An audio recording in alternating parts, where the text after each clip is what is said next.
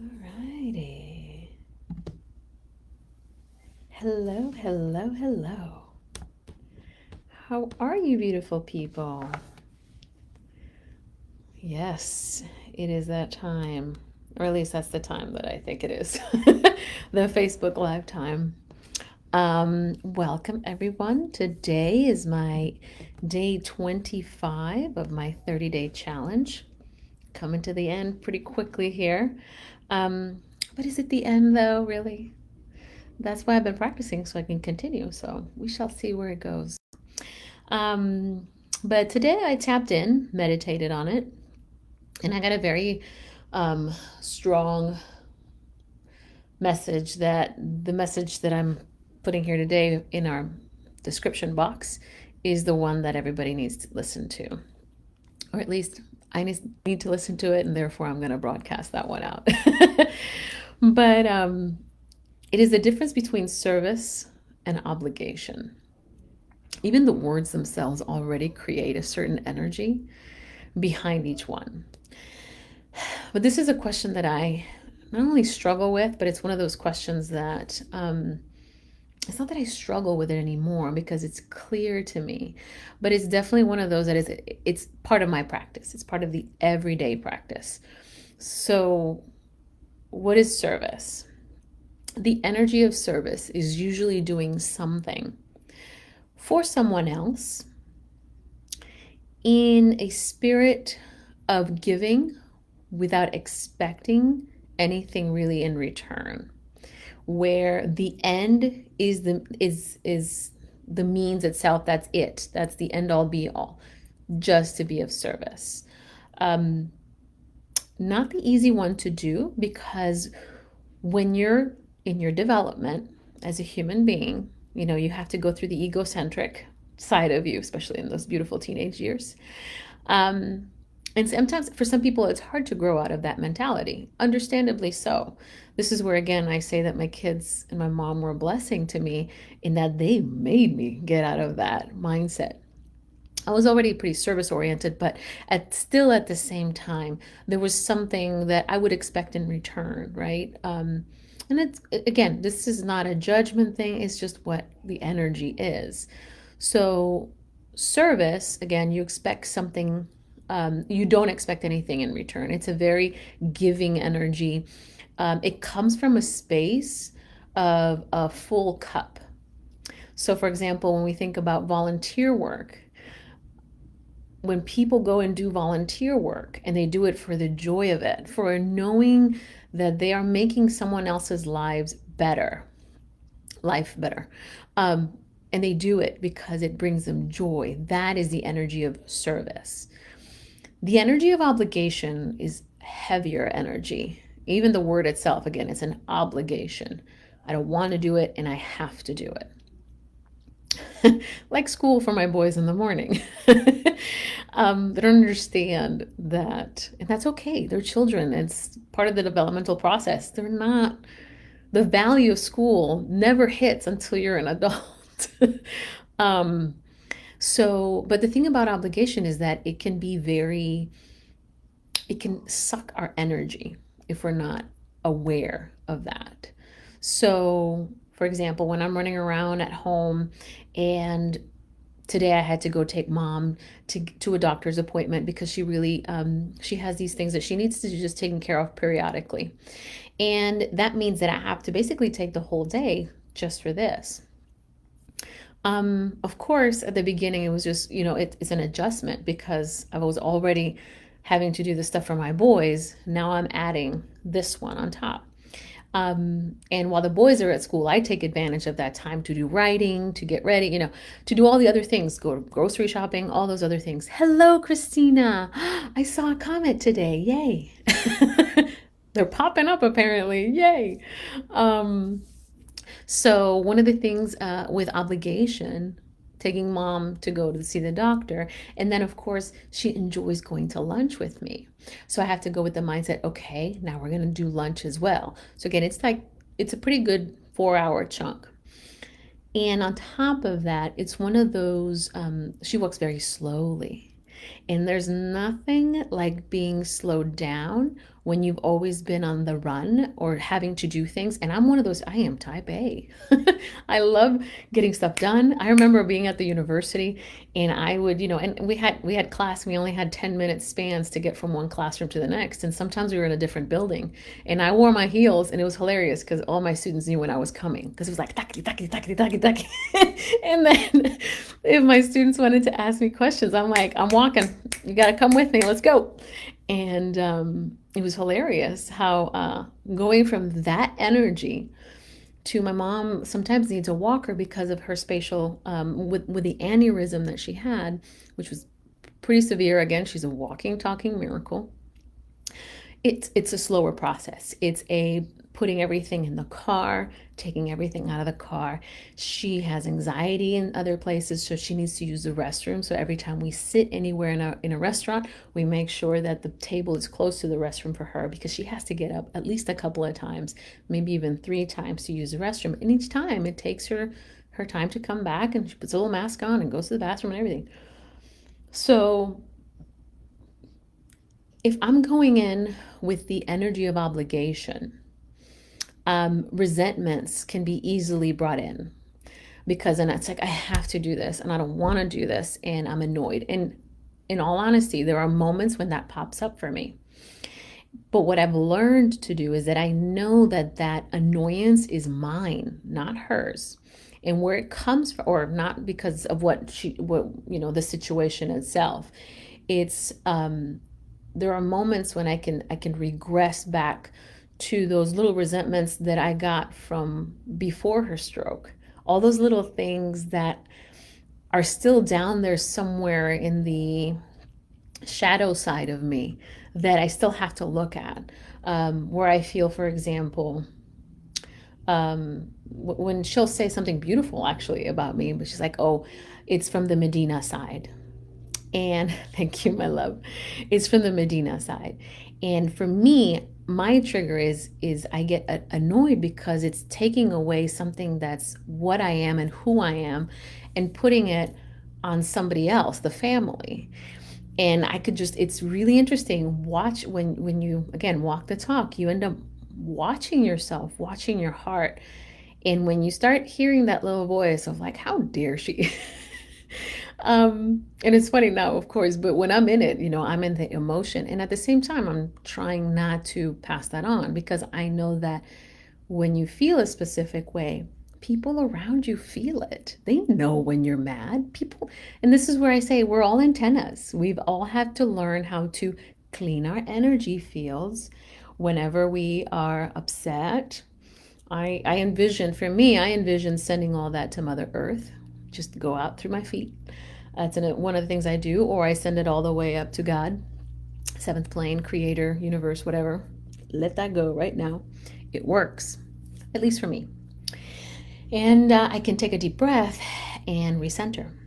So then I change right then and there my annoyance of her saying something sweet. But for me, I'm triggered because I'm thinking of like, wait a minute, now you're trying to own who I am as your daughter versus just me, Nicole. This is who I am. And then that changes right then and there by breathing, taking a moment, realizing what that little voice is telling me at that moment and letting it go so that I can go back to the energy of service. Like I'm doing this, taking her out because she needs it and she'll be comfortable to go, after she has her doctor appointment. It's like I said, it's periodical. So she needs to have this done and she feels more comfortable, which is wonderful for her. And it's wonderful for me to see her happy. And then at the same time, again, in the energy of service, to go have lunch with her because it brings her joy to have lunch with her daughter. And so it's really interesting to see me kind of vacillate between the energies sometime. And when that happens, I just, again, center to myself. One of the things I'll share this later, but there are all these little things that energetic tools, and one of them is return to sender with consciousness. That comes from my Access Consciousness side that I practice. I can give you more details later on that, but it's a wonderful tool by Access Consciousness people. Return to sender with consciousness, which what means is You might be picking on somebody else's stuff. Like somebody might be sad next to you and you don't even realize you passed by and then you're sad and you don't know why. So, and especially after my mom's aneurysm, I feel like she and both Will, kids on the spectrum, on the autism spectrum, are just their antennas. And so you just have to teach them how to just be like, oh, that's not mine. Return to sender with consciousness. And then I add, I stand in my power now. I know who I say I am Nicole, or I'll tell mom say I am Billin. I am Billin. She'll repeat. I know who I am. All is well always. And those little four mantras in order bring her back, and then she's joyful again. It brings me back too. So again, moving from the energy of obligation to service. And you can do this with anything and everything. I do this with my kids because it gets like that. Return to sender with love. That's beautiful, Christina. Yes. And it's the idea that even your enemies, because that's what's funny, when you get to the level of consciousness that it's so high, there's no such thing as an enemy. We are all creatures of the divine. We are all divine creatures. Universal mind. I mean, once we get past our adolescence way of seeing the world, this world will change. And I know that it will change very, very soon. And right now, all the anger that we're seeing is just us doing a little bit of shadow work as a collective. At least that's my perspective, and I'm going to keep it that way. So yes, I'm trying to see if I can see any more. Okay, cool. Comments are back. Yay. So when you are, when you're in that energy of obligation, just see if you can switch it to the energy of service again. And again, see, it's not because I have to or someone's telling me to do it or because I am a good girl. Oh, that one drives me nuts. Obviously, I'm still working on that one. I do it because it's, I also am very empathetic and I know what it feels like to be loved and helped and nurtured. We all need to be nurtured.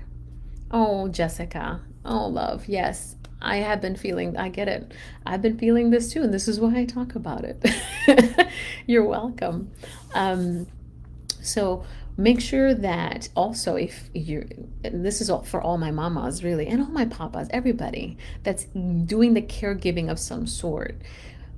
Whenever you see yourself going into too much of that obligation mindset of like, I gotta get this stuff done and there's just not enough of me, stop, drop, and breathe, man. Just let it go.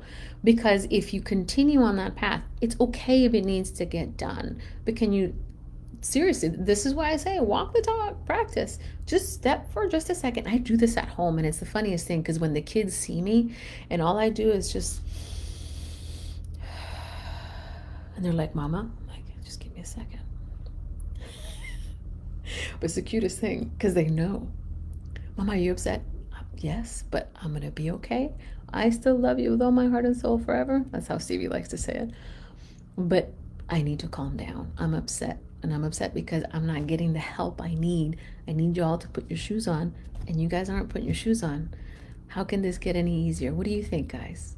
And it's really funny because when you whisper, it changes everybody's tone. So whispering is always the best thing too. Yes, that's beautiful. Jessica, I love that. We all stop and breathe out different colors. What color you got? Oh, I love that. I'm totally using that with the boys.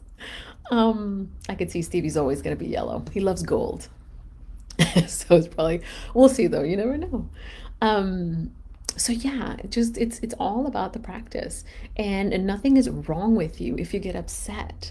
The reason why I do this is to remind people I am human, and you should see the the movies that happen in my head. They're not pretty. They're not nice. But they're normal and natural. And what I do is I just love myself more at that moment, give myself a little extra hug for, getting upset because I have to do everything or whatever, which I don't. That's the beauty of it too. As soon as I feel upset, I do that. Another tool I do is what else is possible. That's also from Access Consciousness. Or how does it get better than this? Access Consciousness as well. There's just so many wonderful tools. Or this is another one. I'll be talking about this one soon. But this book is Letting Go The Pathway of Surrender. Magical book. It's dense, but if you're heady and nerdy, right up your alley. And if you're into the metaphysical stuff, right up your alley. But yeah, it's about letting go, and it's the mechanism of letting go, which is it's like, you're holding on to some bags and you literally let it go. Easier said than done. So that's why it's a little heady. But again, look, you guys are already practicing all this stuff, so that's fabulous. That's another thing. Pat yourself on the back. If you're able to switch the energy right then and there, you are walking the talk. And that's when you go, thank you. And you smile. And if you don't want to smile, that's fine too. You can be pissed for as long as you need to, but come back. You don't have to stay there. That's the one thing that I love about it. Not only that, the universe tends to throw some things at you and dissipates that energy. Like this morning, dropping off the boys, Will was having a tough time. And one of the teachers comes out right when I'm dropping them off and tells me something really nice about Will. While he's not trying, well, he's just taking forever to get out of the car. And I was like, there you go. That's what I needed at that moment in time. So I could release the need for him to get out of the car in time because we're already late, all that stuff, because all the judgment that I will receive for being a bad parent, for bringing him in late, la, la, la, la, la. And then it's okay if they judge, whatever. They're not living your life. They're not in your shoes, and that's okay. They don't have to understand either. You just live you. You do the best you can. And I know that all you guys are doing the best you can, because it's nothing but golden hearts in this space. And I'm truly honored by everybody who watches and supports. So yeah, I believe that exhausts the topic for now. And then I will come up with another topic tomorrow. Oh, what did you do? The perspective thing randomly today, and shook my fist at the sky. The perspective thing, just changing your perspective. Yeah, absolutely. There's nothing like what else is, or interesting point of view. That's another fantastic one. All of a sudden, it's like, again, we're just like, we think that everything needs to be this very specific way. And then when you finally be like, you know what, I am hitting my head against the wall and nothing's changing. I'm going to surrender on this one. And then magic starts happening. Just trust, man. Trust that you're completely taken care of. And shake your fist at the sky whenever you need to. It's fine. Absolutely. Everybody's still there waiting to help you. Interesting point of view. Exactly. All right, beautiful people. I love you guys so much. I'm sending y'all so much love and light. I will catch you tomorrow for day 25. No, 26. Either way, in the meantime, I'm sending y'all so much love and light. And yeah, catch me on YouTube if you don't catch me here. Subscribe over there if you can. Like videos if you can. It helps the algorithm, that whole, Facebook thing. Alarm. There we go. All right. Love you guys. Have a good night. Bye-bye.